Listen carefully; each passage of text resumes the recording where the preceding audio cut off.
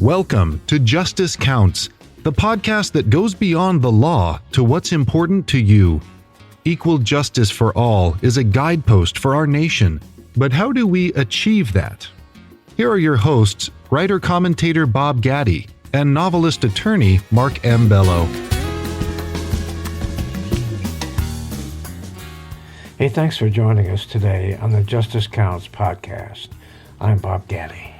Today, author, lawyer, and podcaster Mark Bello and I are with Yvener Duroseau, author of Alike Regardless, This is Where It Began.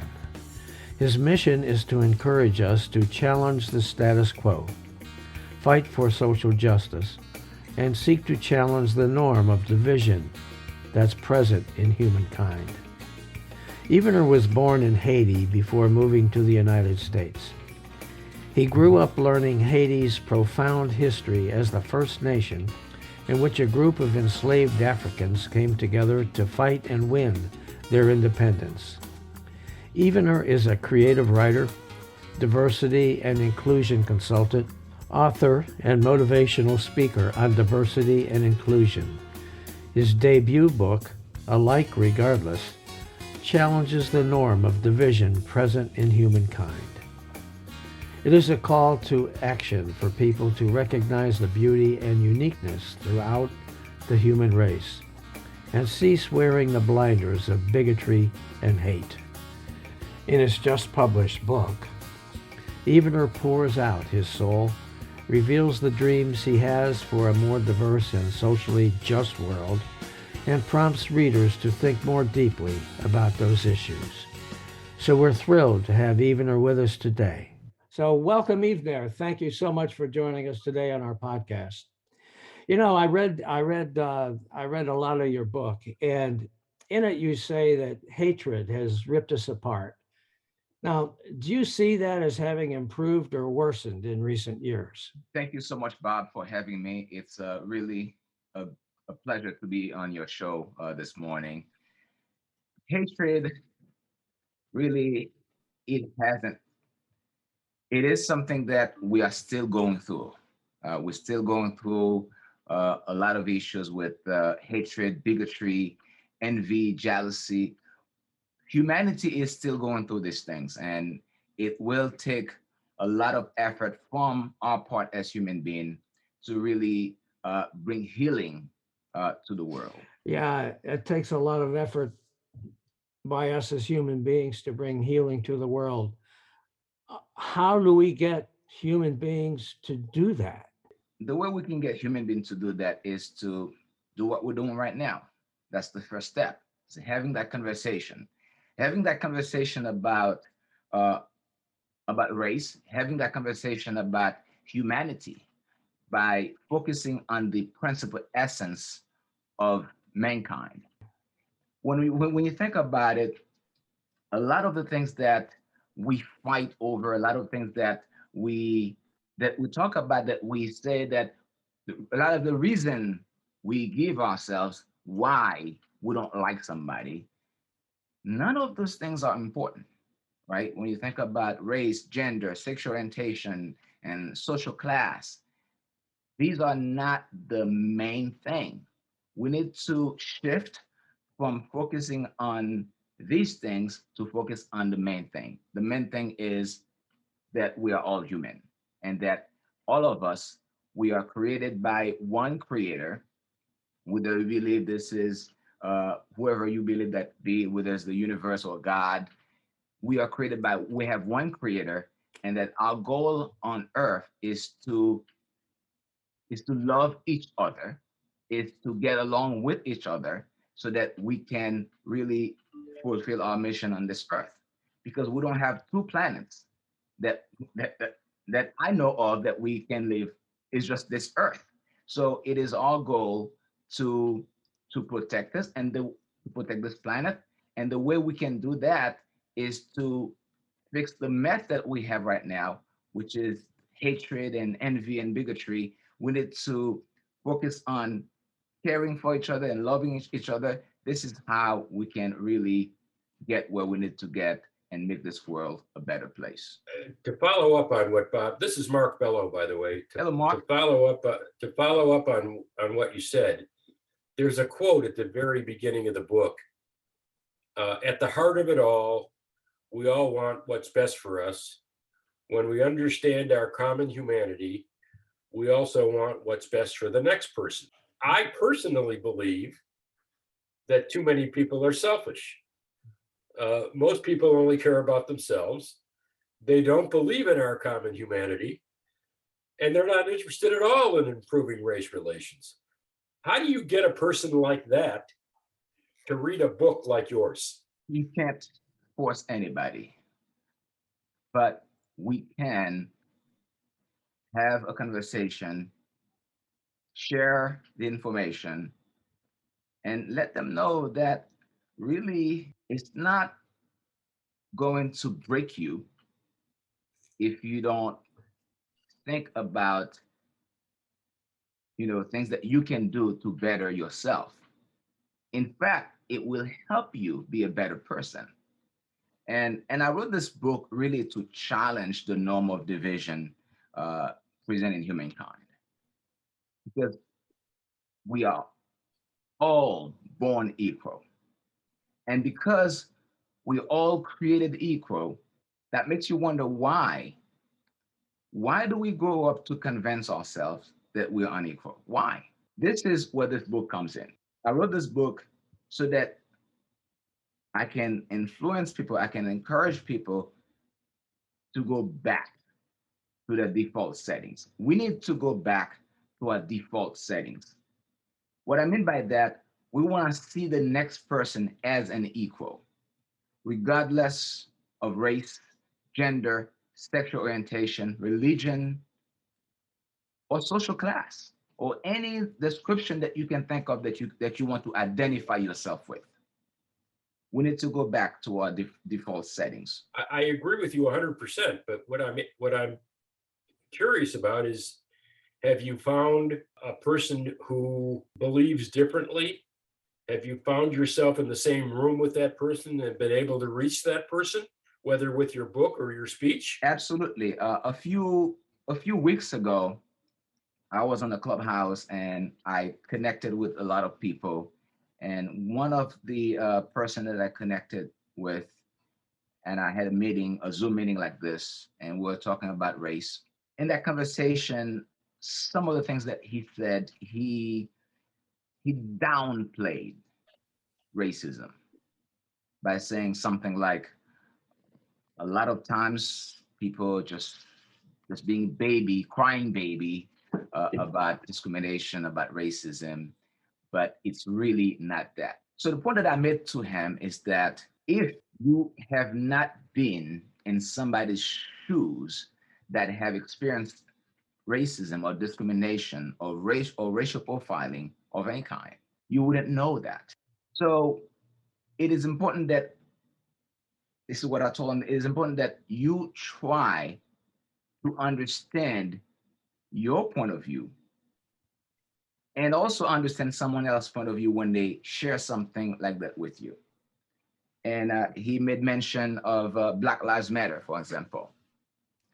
And I said to him, when you hear people say Black Lives Matter, it doesn't mean that white lives don't matter. It doesn't mean that Hispanics, Asian lives don't matter.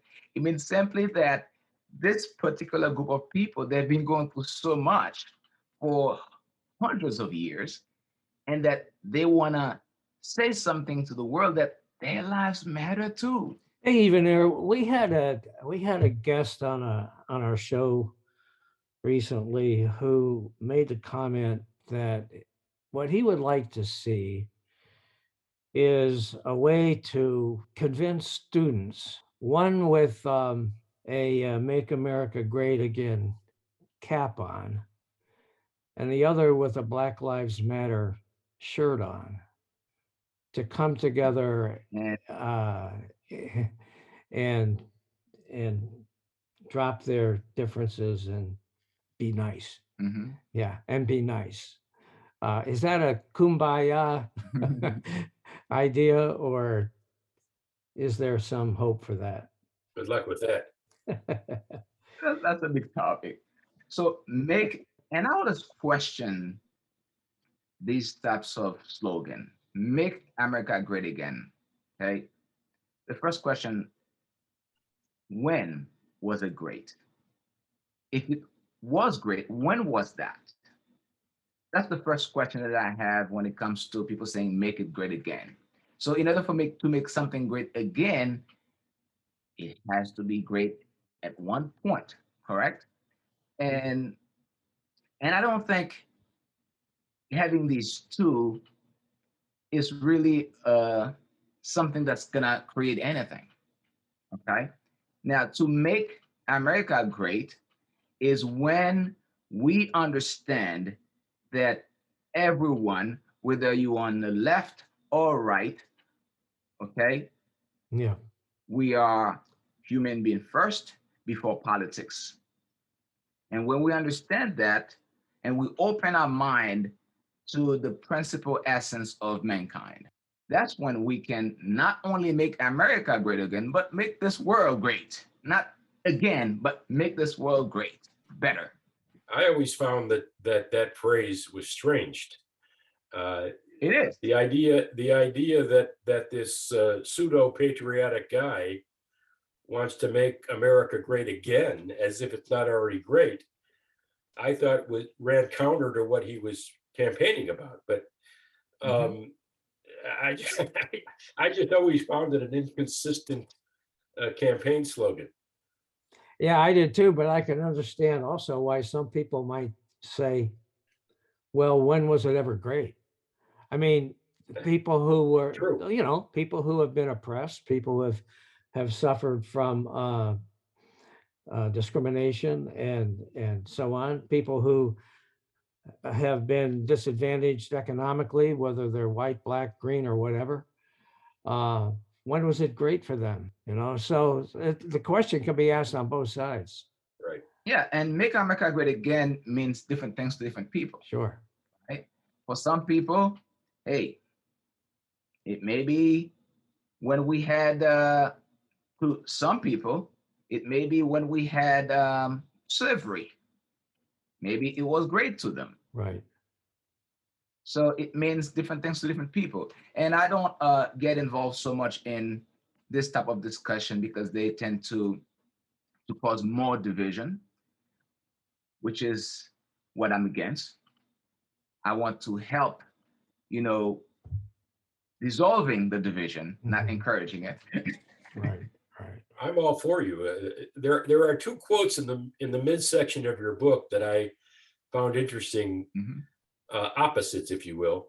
The first one was, "I hate you because you're you," which is positive, which is positively awful when you think about it. The second one was, which I like much better, "Nature thrives on diversity." You want to elaborate on the two quotes? Let's start with the second one. Natures thrive on diversity. So if we look at our hands, so I know this is just audio, and you will see they have different length.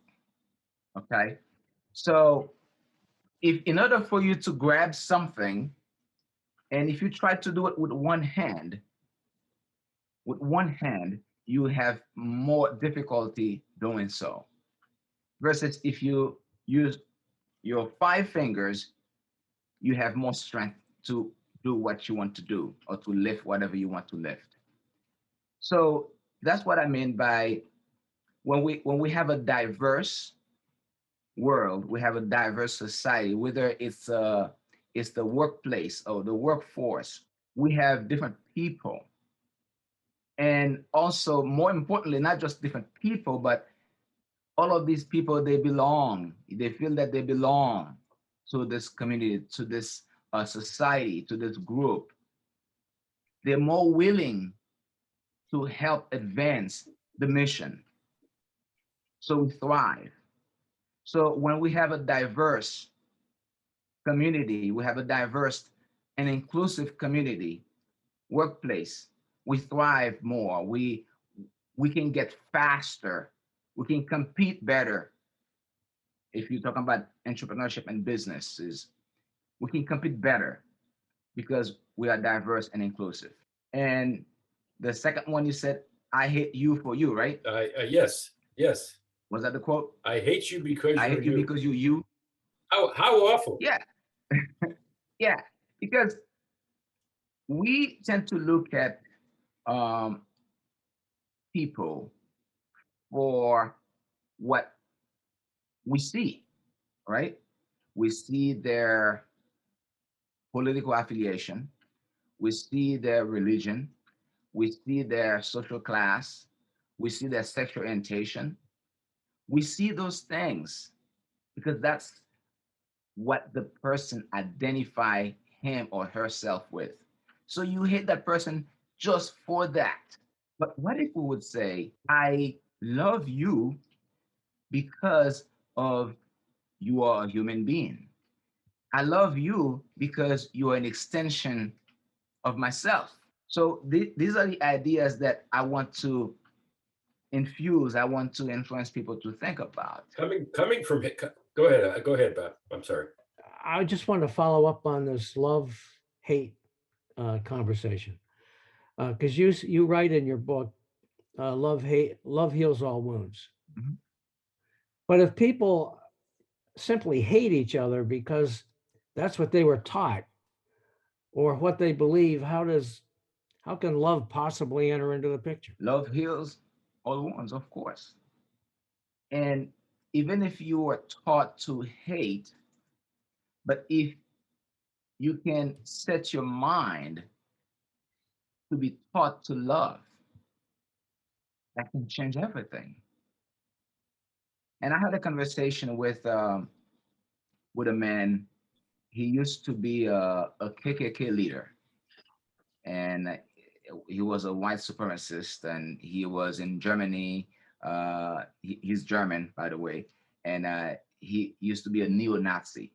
And he was explaining to me how that started with all the hate, how he was radicalized to hate Jews, to hate blacks, to hate other people that don't look like him, and how he became now a peace activist. You can learn to hate. At the same time, you can also learn to love. You can do both because they are all things that we put ourselves into. These are feelings and emotions that cause us to either love or hate. Therefore, we can change those things by changing the way we think about humanity, by changing the way we think of other people. So even if you are the biggest hater, you can also be a lover by changing your concept, by changing the way you see people, by changing the way you see humanity. But you have to want to do that, right? You really do have to want to do that. It has to it has to be a decision. It has to be a choice that you make. Because love is a choice and hate is also a choice. But what prompts a hater into wanting to make that remarkable, dramatic change in his life? Into becoming a lover. We're going to pause for a message right here, but when we come back, we'll get Yvener's response to that question.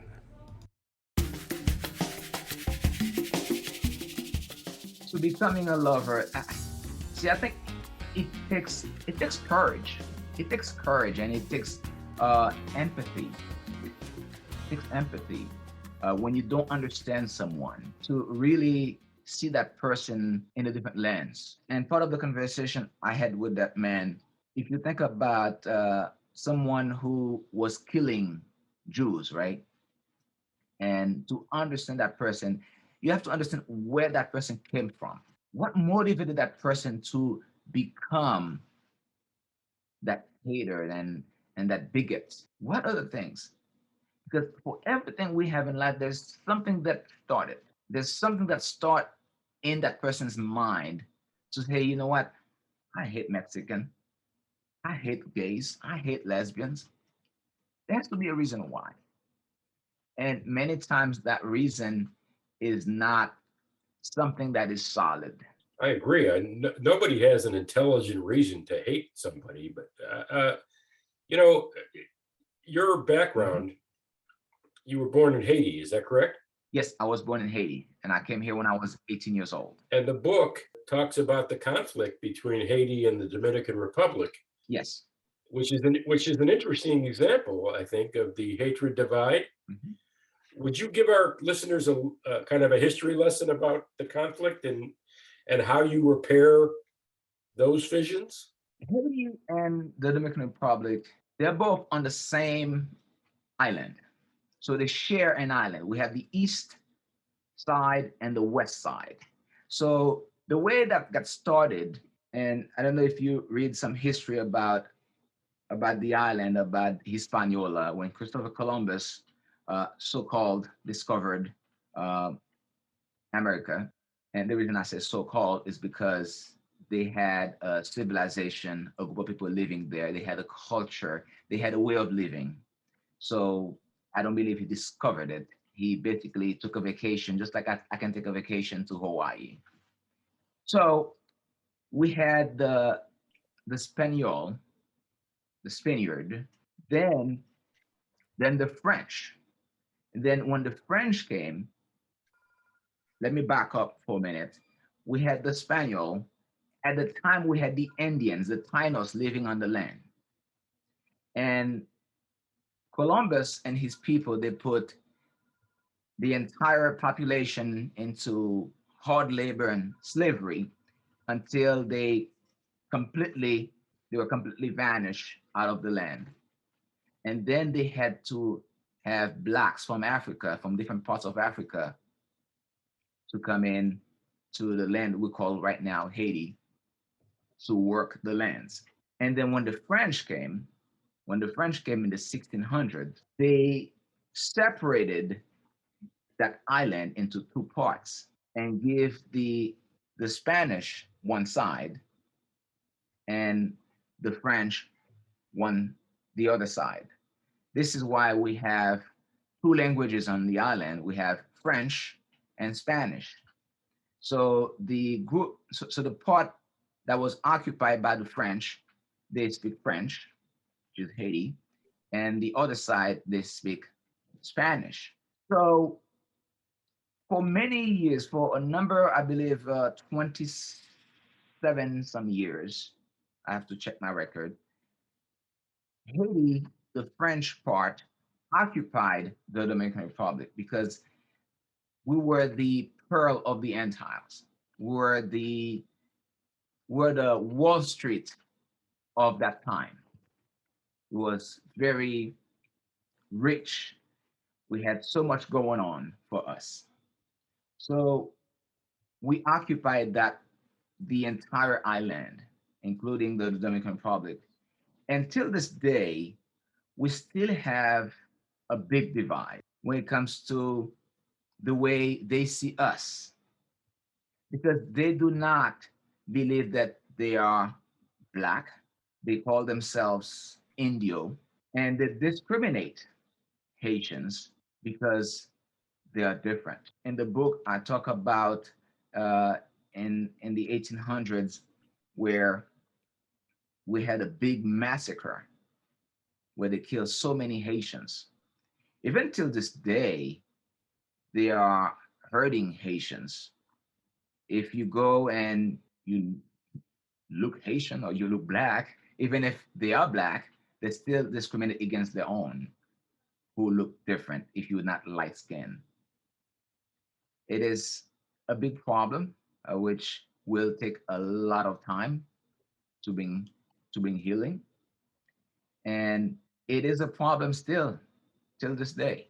Better than it used to be, or the same, or worse, or what? It is better, of course. It is getting better as leaders start having conversation because we have a lot of businesses, a lot of business folks doing business in the Dominican Republic. We also have Haitians doing business in the Dominican Republic. We have Dominicans doing business in Haiti. So we have some kind of communication between the two countries. but there was still a divide. So what happens if a young Haitian man falls in love with a young woman from the Dominican Republic? Is that a bad thing? Ah, ooh, What yes, happens? yes. Oh my. If and it's both sides though. If the Haitian parent will be like, "Oh my Right. gosh, why would you do that?" And the Dominican Republic will say, like, "No, why you bring a black person to my house?" And they both have that mentality that one is bad, but so much on the others, so much on the Dominican Republic side that because the Haitians are much darker, and they'd be like, "No, you can't do that because they're blacks. You cannot bring a black person to my home. We're not the same." It is a problem, yes. Although we do have quite a few, and especially in the younger generation. Like I have a good friend of mine. He's my best friend. He's married to a woman from the Dominican Republic, and they have a very good relationship. The younger generation, they start thinking better. They start thinking in better when it comes to having relationships with each other. So that is changing a bit. Guess who's coming to dinner? Say that again. Guess who's coming to dinner? That was a Uh-huh. movie in the what, 60s, I guess. I think it was the 60s. Yeah. Yeah, that was a good movie. A young white girl brings Sidney Poitier home as her prospective husband, and Spencer Tracy and was it Katharine Hepburn? Yes, Tracy and Hepburn were the parents of the young girl. It was a very interesting movie, and discussed these issues 50, 60 years ago, and we still haven't gotten to the point where we've bridged the divide. That's for sure. Hmm. Talk to me about absolute power. The obvious example that you use in the book is Hitler. Uh, I believe Trump is another example uh, whose impact is still being felt here in America. I have several questions about absolute power. Aren't we taught to seek more power? Isn't this an inherent personality trait in all people? And how do we curb the appetite to be power hungry? Yes. We are thought, of course, to about absolute power. And as you mentioned, Hitler, the way he used to think about the Jews is that they're responsible for for whatever negative was going in his country, and believing that if he can destroy the people, that he would be fine. And that is that divide, that is the thing that is pushing this divide. You blame someone for whatever situation is going on with you or with your community, and that you believe that if you gain some power, you are to make that person or that community pay for something that they're not even responsible for. I wouldn't say President Trump has done the same thing, but I would say that when you have power, the words coming out of your mouth also have power. Whatever you say, you have a massive amount of people, a large number of people who listen to you, who trust and believe in you.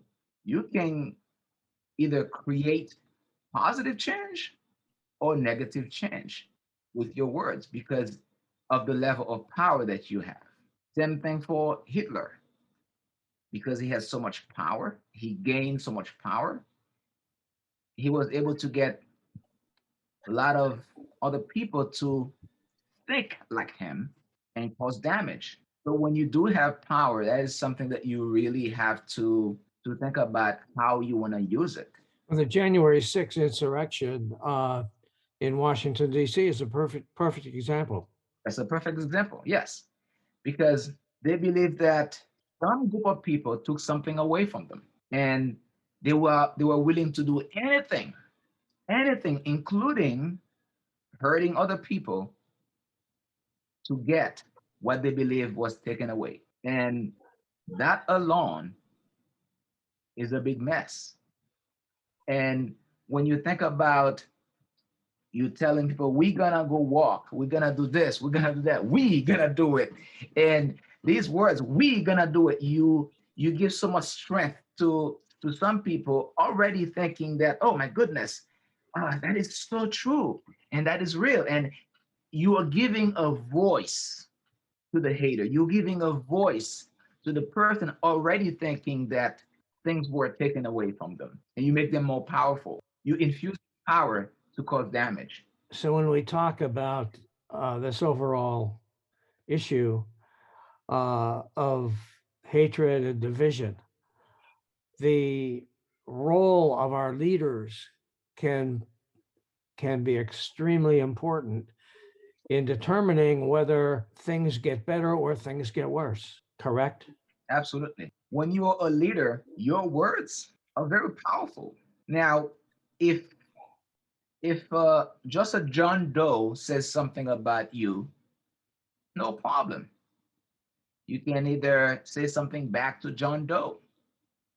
But when we have someone that is very powerful, the most powerful man on earth, says something like, we gonna do this, we're gonna take our country back. From who? Who stole your country? The country is still ours. Right. The country is still our country. It's interesting in this context. In the book, you quote from Dana Williams' book, Beyond the Golden Rule. And the quote is, you're no better than, or something like that, you're no better than anyone and no one is better than you. If our leaders felt that way, and I think, to a degree, President Biden is that kind of guy. He seems to be, to paraphrase some of the rhetoric about him, an ordinary Joe. He doesn't seem to be that kind of I'm better than you person. And that kind of leader, I think, is far better to lead than someone who thinks they're better than everybody else. And that kind of is what absolute power is about, is it not? Yeah, I mean, you have to be a leader for everybody. All right. And which is one of the things that I talk about in the book when it comes to our country.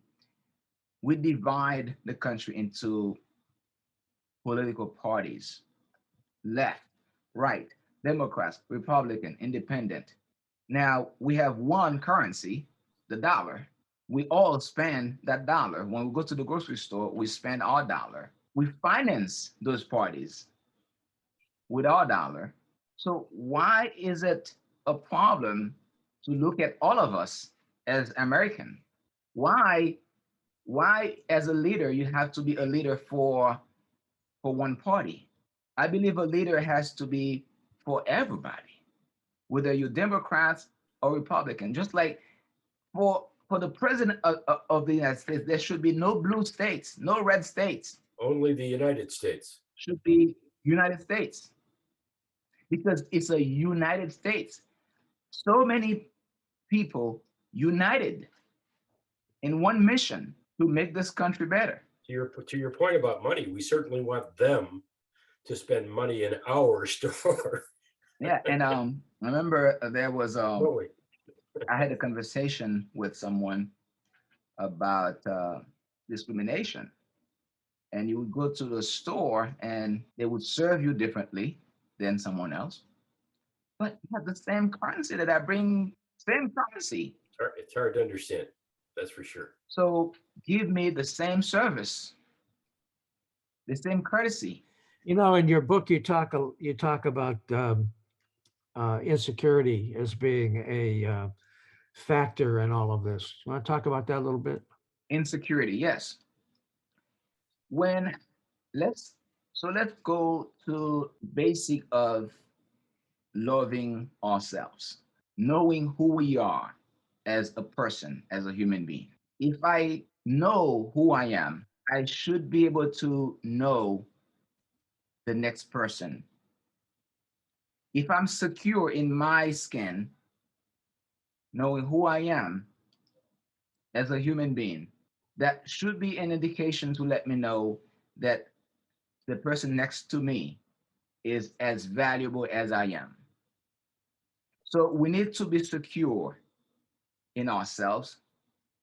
We need we need to try to boost our self-esteem, because when you think about discrimination is tied to low self-esteem. When we discriminate someone, we look down on someone else.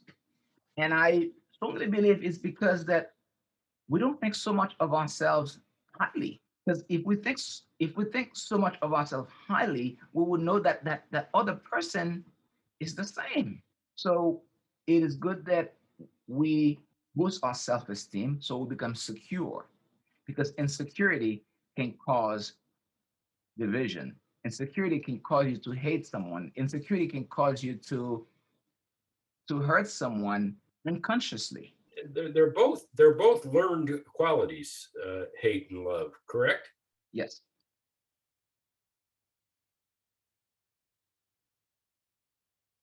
A great example of this, I'm a Jewish person. A great example of this, aside from Hitler, putting him aside, is the conflict between Muslims and Jews today. As a Jewish person, I can tell you categorically that I Yes. don't hate Long term. Muslims. I have Yes. no It will take work. hatred for It any will take a lot of work, group of people or not person, just from unless, of one course, that person person and I have in had one country, but problems that cause me to everybody, dislike them. everywhere, But because we have humans everywhere. when I see someone speaking about Mhm. Palestinian rights, my inherent reaction is, I wonder if that person hates Jews. How does somebody like me overcome a feeling like that? I don't hate that person, but I kind of wonder whether that person hates me.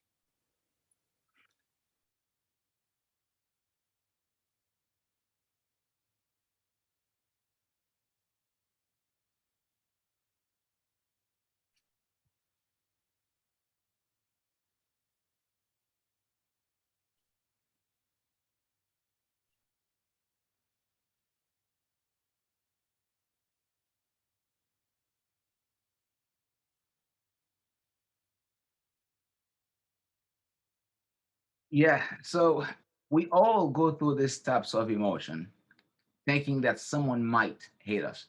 It's normal.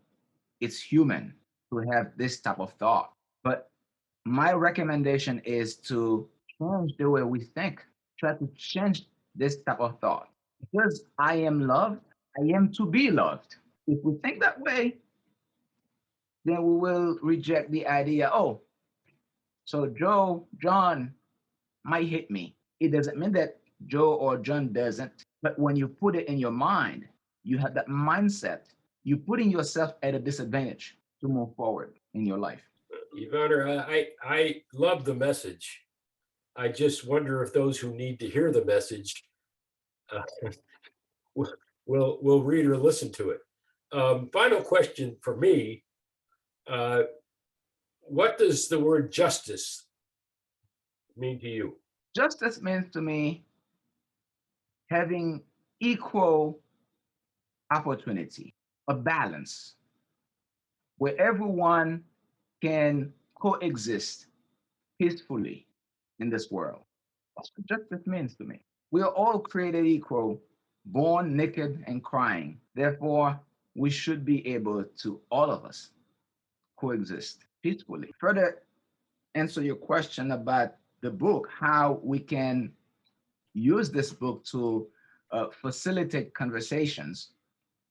I advise people, I advise mankind, human beings, to approach this book with an open mind and heart.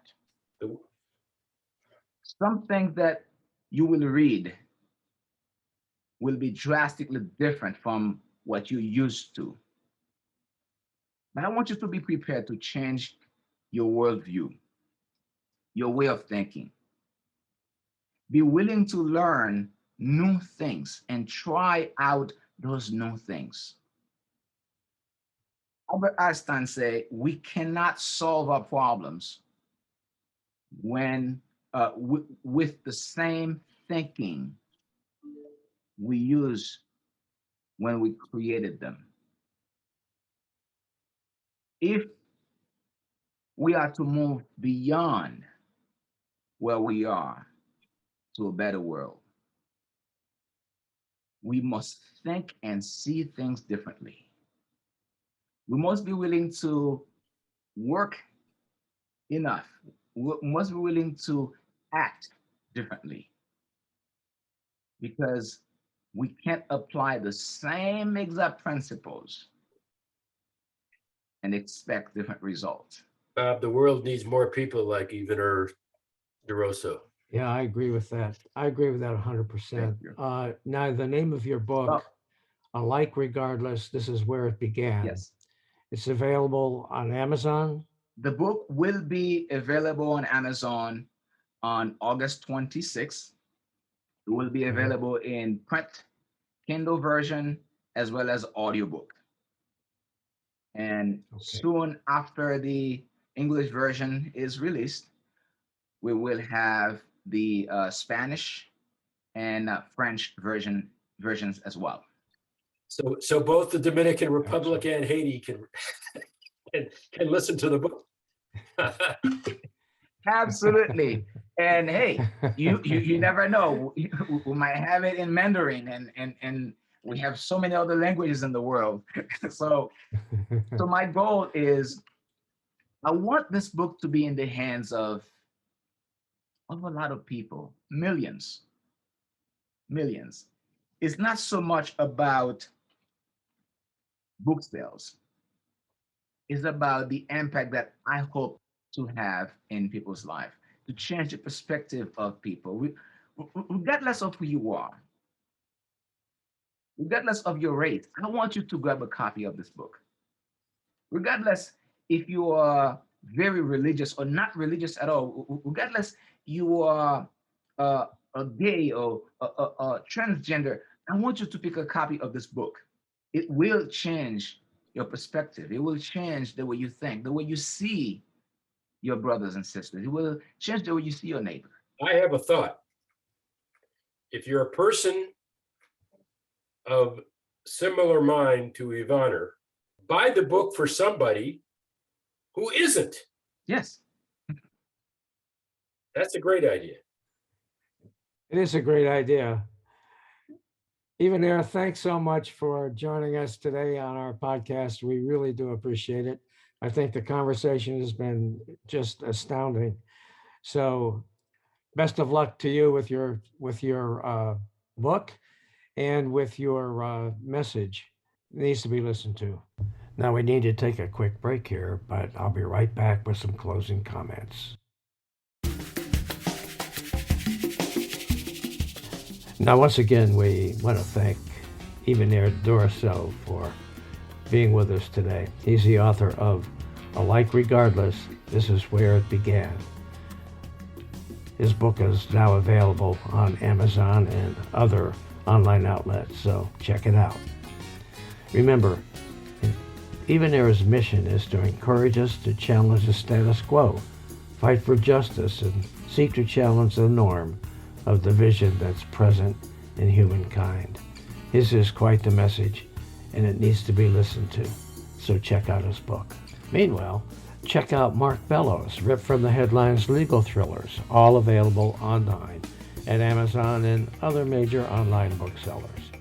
You know, he has quite the hero in attorney Zachary Blake, who fights for justice on all fronts. His books are Betrayal of Faith, Betrayal of Justice, Betrayal in Blue, Betrayal in Black, Betrayal High, Supreme Betrayal, and just out, Betrayal at the Border. For more information, just check markmbello.com. So thanks guys for listening. I hope you enjoyed this podcast and that you'll come back on a regular basis. See you next time on Justice Counts.